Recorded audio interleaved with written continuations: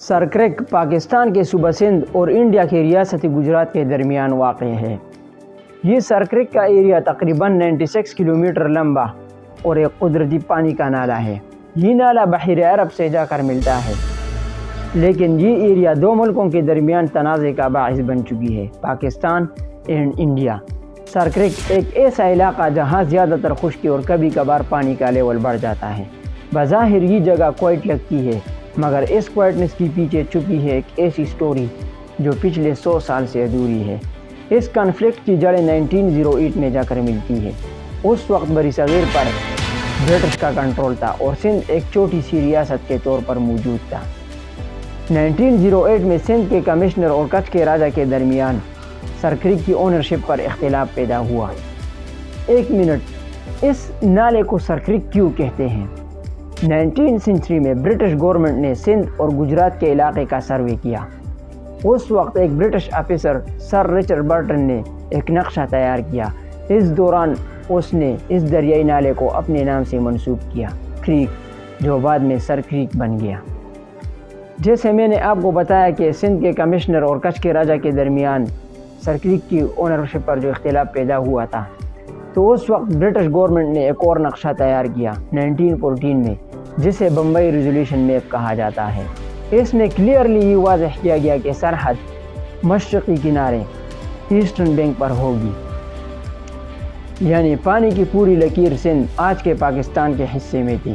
اس لیے آج بھی پاکستان یہ سٹانس رکھتا ہے کہ یہ ایریا تاریخی طور پر پاکستان کا حق ہے۔ جب 1947 میں تقسیم ہوئی تو برٹشرز کی ریکارڈ پاکستان اور انڈیا دونوں کے پاس گیا، لیکن انڈیا کا کہنا ہے چونکہ سرکریک میں پانی بہتا ہے تو لہٰذا بین الاقوامی لا کے مطابق سرحد درمیانی لائن مڈ چینل پر ہونی چاہیے، لیکن پاکستان کہتا ہے کہ نہیں، یہ ایریا مشرقی کنارے ایسٹرن بینک تک ہمارا ہے، کیونکہ 1914 کے سرکاری دستاویزات یہی ظاہر کرتے ہیں۔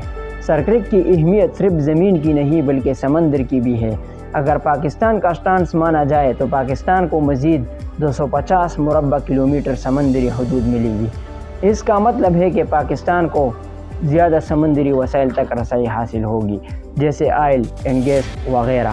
یہی وہ بات ہے جو اس کانفلکٹ کو ایک سرحدی جھگڑے سے بڑھا کر اکنامک اور اسٹریٹجک جنگ میں بدل دیتی ہے۔ 1965 کی جنگ سے پہلے یہ علاقہ تقریباً غیر آباد تھا، لیکن جنگ کے دوران اور بعد میں سرکریک کی اہمیت بڑھ گئی تو دونوں کنٹریز نے یہاں پر اپنی آرمی کی نگرانی بڑھائی۔ پھر 1968 میں پاکستان اور انڈیا نے یہ معاملہ انٹرنیشنل آربیٹریشن ٹرائیبیونل میں پیش کیا، تو ٹرائیبیونل نے کچھ حصہ انڈیا کے حق میں دیا، مگر سرکریک کے بارے میں کوئی کلیئر فیصلہ نہ ہوا اور یہ معاملہ ادھورا رہ گیا۔ سرکریک کے علاقے میں ہزاروں فشرمین رہتے ہیں، زیادہ تر پاکستان کے سندھ کے ڈسٹرکٹ بدین اور انڈیا کے گجرات کے ساحلی علاقوں سے، مگر سرحد واضح نہ ہونے کی وجہ سے اکثر فشرمین غلطی سے دوسرے ملک کے بارڈر میں چلے جاتے ہیں اور پھر گرفتار ہو جاتے ہیں۔ یہ عام لوگ ہیں جن کا سیاست یا دشمنی سے کوئی تعلق نہیں اور صرف اپنی روزی کی تلاش میں نکلے ہوتے ہیں۔ سرکریک چونکہ ایک حساس مقام ہے، اس لیے پاکستان کے رینجرز اور انڈیا کے BSF باقاعدہ اس علاقے کی گشت کرتی ہے۔ کئی بار دونوں ملکوں نے یہاں فوجی مشقیں بھی کی ہے، اگرچہ براہ راست کوئی لڑائی نہیں ہوئی، لیکن کچھ اسکالر کہتے ہیں کہ یہ ایریا ایک ڈینجرس بارڈر بن چکا ہے جہاں ایک رانگ سٹیپ بڑی پوشیدگی پیدا کر سکتا ہے۔ پاکستان اور انڈیا نے سرکریک کی کانفلکٹ پر اب تک 10 سے زیادہ مذاکراتی دورے کیے ہیں، جیسے 1998، 2005، 2007 اور 2012 میں کئی بار معاہدے کے قریب پہنچ چکے ہیں، مگر ہر بار کوئی نہ کوئی سیاسی رکاوٹ آ جاتی ہے۔ یہاں تک کہ 2007 میں ایک نقشہ تیار کیا گیا جسے بعد میں ارتھ گوگل پر بھی استعمال کیا گیا، لیکن پھر بھی دونوں گورنمنٹس کسی حتمی نتیجے پر نہیں پہنچ سکے۔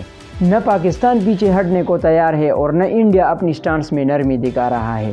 دونوں کنٹریز کے درمیان کبھی تعلقات بہتر ہوتے ہیں تو کبھی پوشیدہ۔ پاکستان اور انڈیا دونوں نے سرحدی نگرانی کے جدید نظام لگا رکھے ہیں، جیسے ڈرون، نیوی اور ریڈار کے ذریعے ہر حرکت پر نظر رکھی ہوئی ہے۔ اب آپ لوگوں سے کوشچن یہ ہے، کیا اس کانفلکٹ تنازع کا حل ممکن ہے؟ کچھ اسکالرز کہتے ہیں کہ اگر دونوں کنٹریز چاہیں تو سرکریک کو ایک مشترکہ سمندری زون قرار دیا جا سکتا ہے، جہاں دونوں ملک ماہی گیری اور ماحولیاتی تحفظ کے لیے مل کر کام کر سکتے ہیں۔ یہ صرف پولیٹیکل کوریج کا کام ہے، کیونکہ کبھی کبھی امن کے لیے ایک سٹیپ پیچھے ہٹنا دراصل آگے بڑھنا ہوتا ہے۔ تو آپ لوگ اپنی رائے کمنٹس میں بتائیں۔ سبسکرائب